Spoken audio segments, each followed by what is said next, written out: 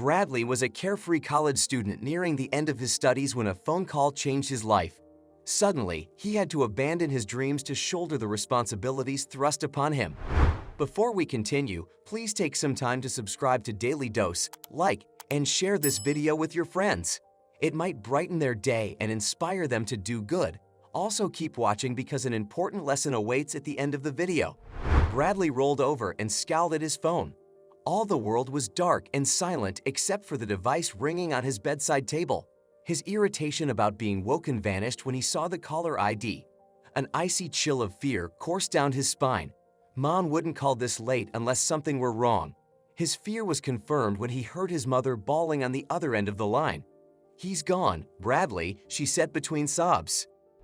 Mom dissolved into unintelligible sobs.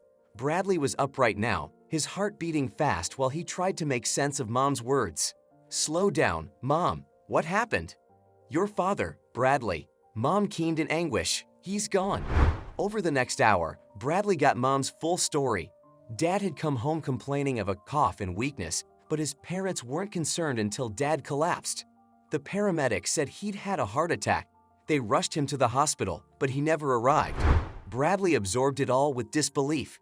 He promised Mom he'd see her in the morning, then hung up. Bradley stared into the darkness in his room. He hadn't been close to his father, but he'd known he could always rely on him. Now, he was gone forever. Tears poured down Bradley's cheeks. He'd assumed he had time to get to know Dad better when he left college, to build a relationship with him. Bradley had been counting on Dad to help him move into his first apartment and buy a new car. Bradley wept for hours until a harsher truth dawned on him. He was the man in the family now. Since Mom had been entirely dependent on Dad from the time she married him at 17 years old, Bradley now had to shoulder a lot of responsibility. "Don't worry, Mom," Bradley muttered as he dried his tears. "I'll make sure you always have everything you need in life, and more." Bradley arrived home to find his mom, Jane, devastated by the loss. She long ago stopped caring about her appearance in favor of looking after her family, but now she stopped eating. She cried all the time. He helped her sort through Dad's paperwork and arranged the funeral. Afterward, Bradley looked on as Mom collapsed on the couch and dissolved into tears. He realized he needed to make a plan to get his mom through this. The first step was to move back home for the holidays. "I'm meeting the guys Dad employed at the site tomorrow," Bradley told his mom as he unpacked. According to the business records, they're mostly finished with one construction project and another team is finishing up a job doing home repairs. "You don't have to do this," Mom said from the door. "I do." Bradley turned to his mother and again was shocked by how frail and gaunt she looked. Jane couldn't imagine any brightness in the world after this. Her days were an immense struggle to do basic tasks: cooking, cleaning, and getting dressed. It was like being stuck in quicksand. The more she struggled to be free, the more tempting it was to give in. It might have been easier if Derek, Bradley's father, had been a good man through and through. Instead, Jane struggled with memories of the nights he came home with lipstick on his shirt and his refusal to let her have independence by learning to drive or getting a job. Derek had been Jane's entire world. She resented him for dying so soon and felt guilty for thinking badly of him when she recalled the bad times. These thoughts constantly circled through her mind. When her dishwasher broke, it felt like the last straw. Jane fell to her knees and beat her fists against the broken machine. When her hands grew sore, she burst into tears. "You jerk," she screamed at the dishwasher. "How dare you do this to me? How dare you leave me alone? I have nothing now. I am nothing, and it's all your fault." Meanwhile, Bradley was at the construction site. He didn't know much about the work, just a few details he picked up from Dad's conversations and dim memories of DIY projects they completed when Bradley was a kid. Bradley was relying on Dad's employees, but he soon realized they had no respect for him. They second-guessed all his decisions and made him feel stupid. "Listen, guys, our deadline for this project is coming up fast," he told them. He eyed the group of hardened construction workers before him. "My dad's name is on this business. His reputation and this business's survival depend on the work that all of you do now.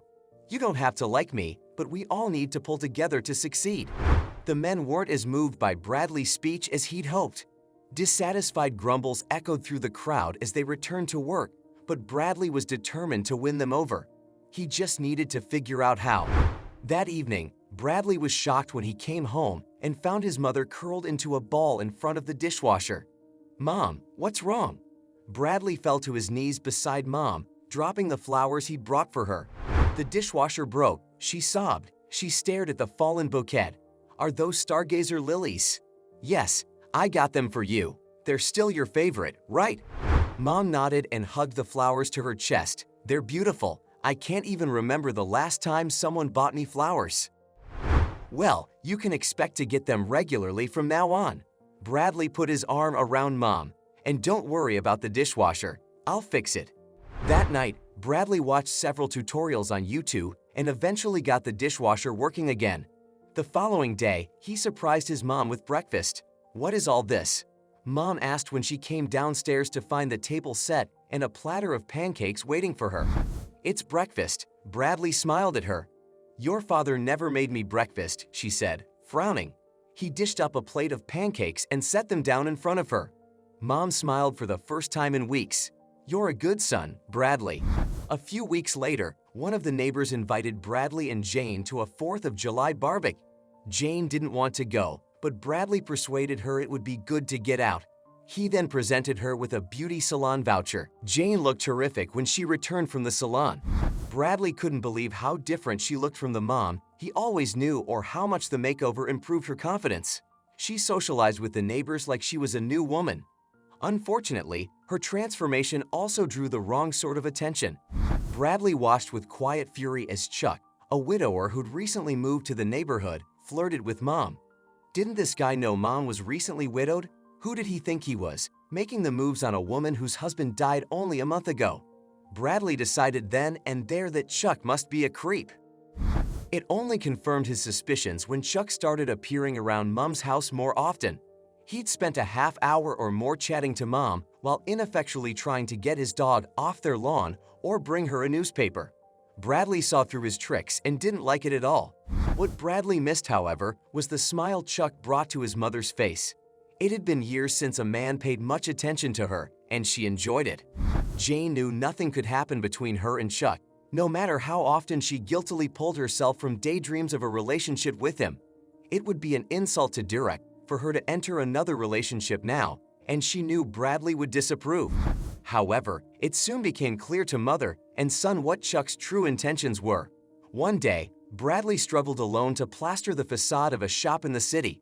Two of the workers supposed to help had called in with excuses, and the third had yet to appear. Bradley was still determined to keep his dad's business going, so he rolled up his sleeves and set to work. He tried calling the missing worker several more times before giving up. "I'm going to start firing them," Bradley muttered.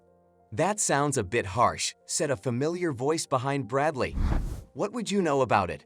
Bradley glared at Chuck over his shoulder. "I know enough to see that you're in a tough spot," he replied. "Let me help you." "I don't need your help." Chuck laughed. "That's your pride talking, Bradley, but you and I both know you'll be plastering for a week if you do it alone." Bradley shrugged. He didn't object when Chuck took off his shirt and set to work. He hated to admit that Chuck was right, and Bradley couldn't afford to disappoint his client. As Chuck set to work, Bradley was dismayed to discover that his neighbor intended to spend the entire time chatting.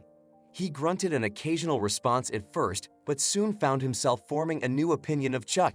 Chuck was not a creep. In fact, he was a good man who'd nursed his wife for several years before she finally succumbed to cancer 3 years ago. Losing her was tough. Chuck said, "Jane is very lucky to have you here to help her. My daughter lives in Spain and couldn't even afford to come home for the funeral. It was heartbreaking for both of us." "It sounds terrible," Bradley replied. They were finishing up, and Bradley had to admit that Chuck did a great job. They'd even finished ahead of schedule. "Bradley, there's something I've got to say to you," Chuck said. "Now, I understand your dad passed recently, and I'm not trying to pressure your mom into a relationship," Chuck continued. "But you'll return to college soon, and I want you to know that I'll be there for Jane if she needs help, no strings attached. If she one day decides she wants more, then I'll do everything I can to make her happy."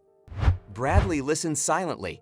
He couldn't imagine Mom with another man, but he also didn't want her to be alone for the rest of her life. If Chuck made her happy, then Bradley would accept it. On the last day of Bradley's vacation, he looked at Mom with pride. Over the past 3 months, she transformed from a helpless widow, consumed by grief, to a confident and capable woman who could care for herself. "You know, Mom," Bradley said that night, "I won't mind if you want to be with Chuck.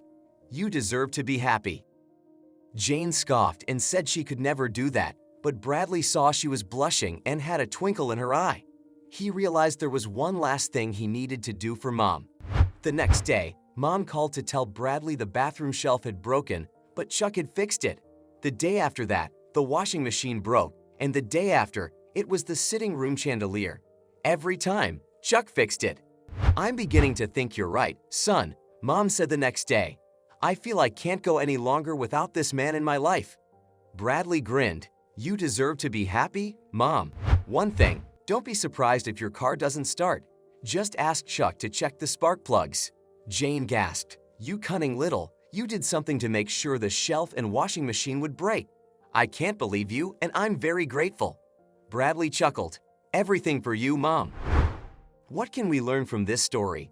Don't wait to show the people you love how much they mean to you. Bradley thought he had time to build a strong relationship with his father, but he should have started working on it sooner. True love doesn't smother or cage you. Instead of controlling Jane, Bradley's father should have helped her grow and learn. Then, she would have been better equipped to cope without him. Share this story with your friends. It might brighten their day and inspire them.